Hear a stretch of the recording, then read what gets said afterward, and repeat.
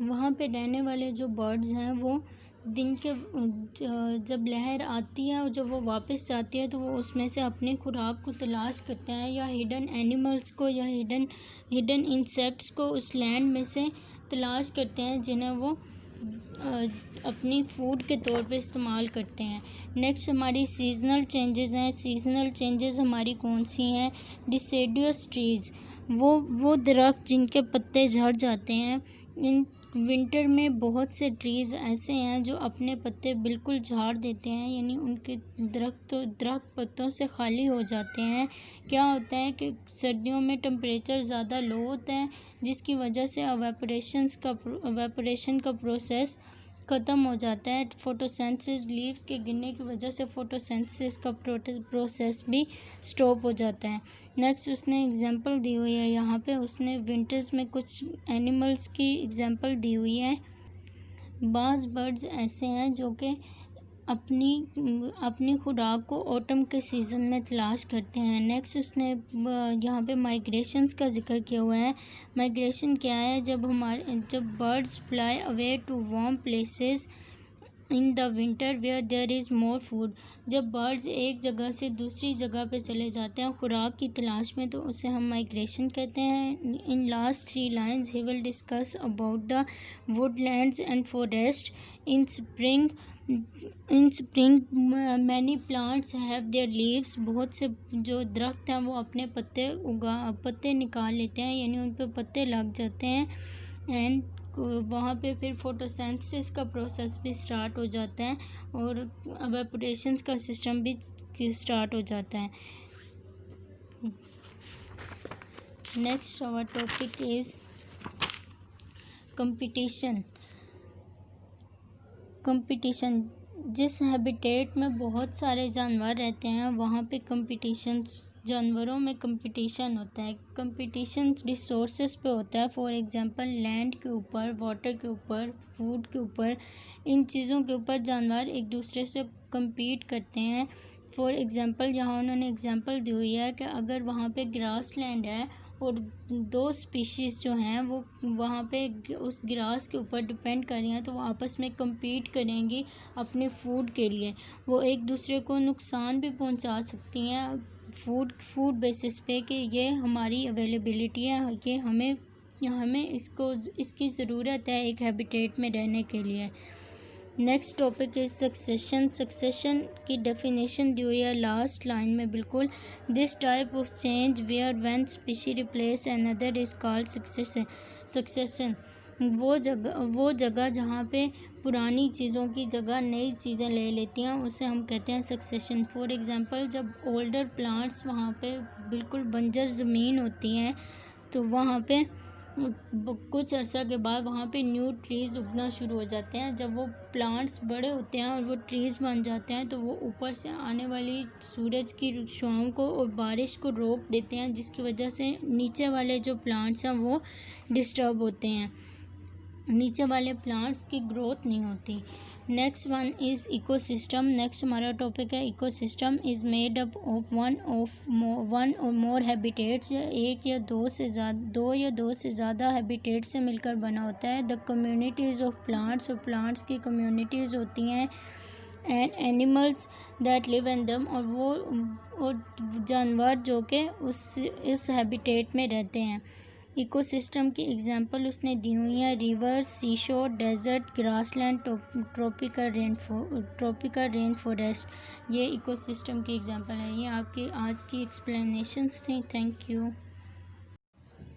अस्सलाम वालेकुम students, my name is miss Sidra Mahmood, class 7 chapter number 6। ये आपका सेकेंड टर्म का फर्स्ट चैप्टर हमने स्टार्ट किया हुआ था। आपका सबसे पहले मैंने इसकी एक्सप्लेनेशन की है, उसके बाद आपके क्रिएटिव क्वेश्चन है। क्रिएटिव क्वेश्चन में आपका फर्स्ट क्वेश्चन है write example of large habitats. Large habitat की एग्जांपल लिखें। आपने बुक के पेज नंबर 56 पे आपको फर्स्ट पैराग्राफ की सेकंड लाइन जहाँ से मैंने मार्क किया हुआ है, large habitat like forest, mountains and desert are made up of smaller habitats. ये आपकी फर्स्ट क्वेश्चन का आंसर है। ये लार्ज हैबिटेट की एग्जांपल्स हैं जंगल, पहाड़ और सहरा। नेक्स्ट आपका question number 2, what do you meant by changing habitats. Habitats के चेंज होने से या उसमें जो तब्दीलियाँ आ रही हैं उससे क्या मुराद है। नेक्स्ट आपने पेज नंबर 60 का फर्स्ट पैराग्राफ चेंजिंग हैबिटेट्स यहाँ से स्टार्ट हो रहा है। In nature, habitats change all the time. Some of these changes occur only occasionally. Forest and grassland sometimes catch fire in hot weathers. यहाँ तक ये आपका second short question, second creative question का आंसर है। Next आपका question number 3, define succession को define करें। आपका बुक का पेज नंबर 62 बिल्कुल लास्ट पैराग्राफ सक्सेशन का बिल्कुल last line, this type of change where one species replaces another is called succession. वो जगह जहाँ पे एक स्पीशी दूसरी स्पीशी की जगह ले लेती है उसे हम सक्सेशन कहते हैं।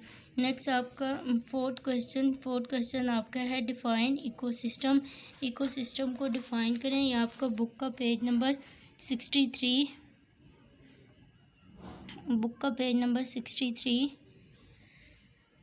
बिल्कुल फर्स्ट लाइन आपके टॉपिक इकोसिस्टम की। An ecosystem is made up of one or more habitats and the communities of plants and animal that live in them.